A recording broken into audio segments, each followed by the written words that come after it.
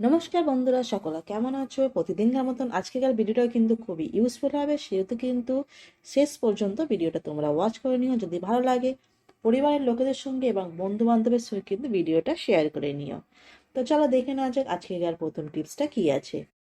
Mixer মেশিনের বাটিতে কিন্তু আমরা বিভিন্ন রকমের মশলা বেটে থাকি, যার কারণে দেখবে মিক্সার মেশিনের বাটিতে কিন্তু একখানা খুব বাজে একটা ব্যাড স্মেল থাকে, যার কারণে দেখবে এতে কোনো মশলা বাটলে সেই মশলায় কিন্তু সেই বাজে স্মেলটা এসে যায়। তার জন্য বন্ধুরা নিয়ে নেব এরকম ধরনের এক টুকরো নিউজ পেপার। এখানে কিন্তু আমি একটু নিউজ পেপার ছিঁড়ে নিয়েছি, এবারে এটা জলে ভিজিয়ে নেব।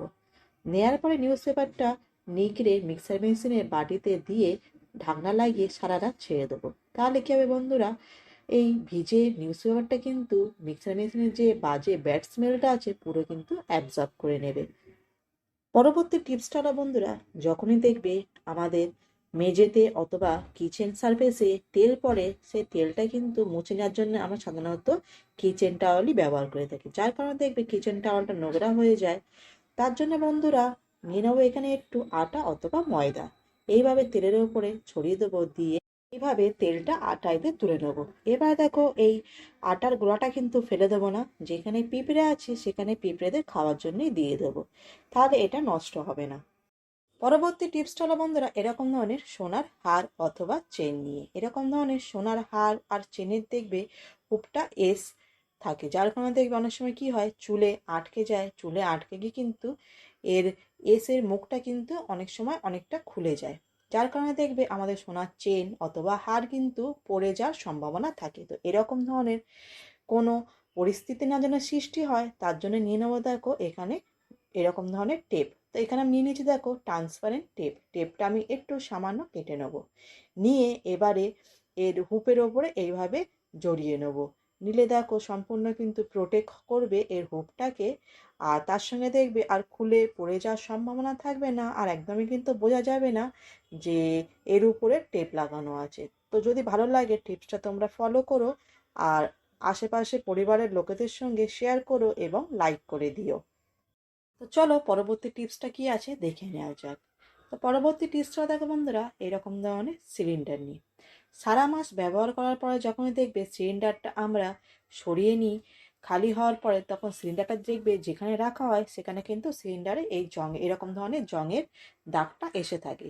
কারণ সিলিন্ডারের নিচে দেখবে অনেক সময় একটু আধটু জল গেলে কিন্তু সিলিন্ডারের জংয়ের দাগটা তখনই কিন্তু মেঝেতে লেগে থাকে।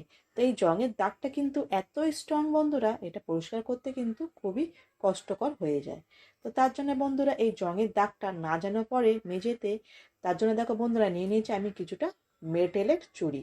তো এরকম ধরনের চুড়ি আমাদের বাচ্চাদের কাছে থেকে থাকে, যেমন দেখো এই চুড়িগুলো আমার বাচ্চার হাতে ছোট হয়ে যাওয়ার কারণে আর এগুলো কিন্তু ফেলে দিচ্ছিলাম, ফেলে না দিয়ে এগুলো কাজে লাগিয়ে নেবো। তো দেখো এবার বন্ধুরা সিলিন্ডারের নিচেতে এক এক করে এইভাবে চুড়িগুলো লাগিয়ে নেবো। তো এখানে কিন্তু তোমাদের 5-6টা চুড়ি হলে অথবা 4টে-5টা চুড়ি হলেও কিন্তু চলবে। সিলিন্ডারের নিচে বন্ধুরা চুড়িগুলো রাখার সময় বন্ধুরা কারো একজনের হেল্প নিয়ে নিও। ভরা সিলিন্ডার হলে একজনের হেল্প নিয়ে নিও, সে চাগিয়ে নেবে আর তারপরে চুড়িগুলো এইভাবে নিচেতে রেখে নেবে। তো এইভাবে রাখার কারণ বন্ধুরা এটাই, চুড়ি রাখার কারণে দেখো সিলিন্ডারটা কিন্তু মেঝের সঙ্গে টাচ হচ্ছে না। এবারে এর নিচে একটু আধটু যদি জল এসে যদি পৌঁছায় তাহলে দেখবে সিলিন্ডারের যে জংয়ের দাগটা সেটা কিন্তু মেঝেতে আর লাগবে না। তো আশা করছি টিপসটা তোমাদের ভালো লাগবে। তো ভালো লাগলে বন্ধুরা যারা নতুন তারা কিন্তু আমার চ্যানেলটাকে সাবস্ক্রাইব করে নিও, এরম ধরনের ছোটো ছোটো টিপস কিন্তু আমি আমার চ্যানেলেতে দিয়ে থাকি। পরবর্তী টিপসটা হলো বন্ধুরা, এরকম ধরনের ছোলার ডাল নিই। ছোলার ডালটা বন্ধুরা আমি এখানে সিদ্ধ করে নিয়েছি। তো ছোলার ডালের বরফি আমাকে বানানোর আছে। তো ছোলার ডালের বরফি বানানোর জন্য বন্ধুরা আমরা সকলেই জানি ছোলার ডালটাকে বেটে নিতে লাগে শিলে অথবা মিক্সারেতে। তো মিক্সারে বাটতে গেলে দেখবে মিক্সারটা খারাপ হয়ে যাওয়ার সম্ভাবনা থাকে, আর অনেক সময় আমাদের অনেকের কাছে কিন্তু সিলটা থাকে না। তো যেমন দেখো আমার কাছে সিল নেই, তার জন্য আমি নিয়ে নিচ্ছি দেখো এরকম ধরনের সবজি ধুয়ে নেওয়ার ছাঁকুনি। তো এরকম ধরনের ছাঁকুনিতে দেখো আমি ছোলার ডাল নিয়ে নিয়েছি, নিয়ে দেখো একখানা বাটি নিয়েছি, এই বাটির পিছন দিয়ে দেখো এইভাবে ছোলার ডালগুলো আমি এই ছাঁকুনির ওপরে এইভাবে ঘষে নিয়েছি। নিলে দেখো বন্ধুরা খুব সহজেই কিন্তু আর খুব মিহি হয়েই কিন্তু বন্ধুরা দেখো নিচে থেকে এই বাসনে এসে কিন্তু ছোলার ডালটা মিহি হয়ে কিন্তু বেটে নিচে পড়ে যাচ্ছে। তো দেখো বন্ধু, তারপর তোমাদেরকে দেখাচ্ছি আমরা সিলেতে যেরকম বেটে থাকি একদমই কিন্তু সেরকম মিহি হয়ে কিন্তু এই ছাঁকনি দিয়ে কিন্তু বেটে নেওয়া যায়। তো আশা করছি টিপসটা তোমাদের ভালো লাগবে। চলো পরবর্তী টিপসটা কি আছে দেখে নেওয়া যাক। তো যেমন দেখো বন্ধুরা, এখানে ডাল সিদ্ধ করতে গিয়ে আমার কুকারটা জ্বলে গিয়েছে। তো এরকম ধরনের দুধের বাসন অথবা কড়াইতে রান্না করতে গিয়ে কড়ার জ্বলে গেলে যে কোনো ধরনেরই জলার বাসন পরিশ্রম ছাড়াই কি করে পরিষ্কার করে নেওয়া যায় আসো দেখে নেওয়া যায়। সাধারণত দেখবে এরকম ধরনের জলা বাসন কিন্তু পরিষ্কার করতে গেলে এক তো পরিশ্রমটা অনেকখানি লাগে, আর সম্পূর্ণ দেখবে পরিষ্কারও হয় না। তো তার জন্য বন্ধুরা আমি এখানে কুকারে প্রথমে জল ঢেলে নিচ্ছি। তো দেখো যতটুকুনি পড়ে গিয়েছে সেই পর্যন্ত কিন্তু জলটা নেবো। তারপরে এতে দিয়ে নেবো একটু সামান্য পরিমাণ সার্ফ। তো সার্ফটা দেখো আমি বেশি দিচ্ছি না, একদমই সামান্য পরিমাণেই সার্ফ আমি দিয়ে নিচ্ছি। তারপরে গ্যাসটা অন করে নেবো, নিয়ে বাসনটা গ্যাসের উপরে বসিয়ে দেবো। দিয়ে আধ মিনিট থেকে 1 মিনিট জলটা একটু ফুটিয়ে নেব। ফুটিয়ে নিলে বন্ধুরা কি হবে, তোমার দেখতে পাবে কোনো পরিশ্রম ছাড়াই কিন্তু জলটা ফুটে উঠলেই দেখো নোংরাটা সম্পূর্ণ কিন্তু আপনি আপনি যেটা পুড়ে গিয়েছিল সে পুরাটা কিন্তু আপনি আপনি কিন্তু সম্পূর্ণ দেখো উঠে আসছে। তো একদমই পরিশ্রম ছাড়াই কিন্তু দেখো বাসনটা পরিষ্কার হয়ে যাচ্ছে। বিশেষ কিন্তু আমাদের এরপরে আর পরিষ্কার করতে লাগবে না অথবা ঘষে মেজে নিতে লাগবে না। তো তোমাদেরকে আরও ভালোভাবে বোঝানোর জন্য দেখো আমি এখানে নিয়ে নিচ্ছি একখানা হাতা।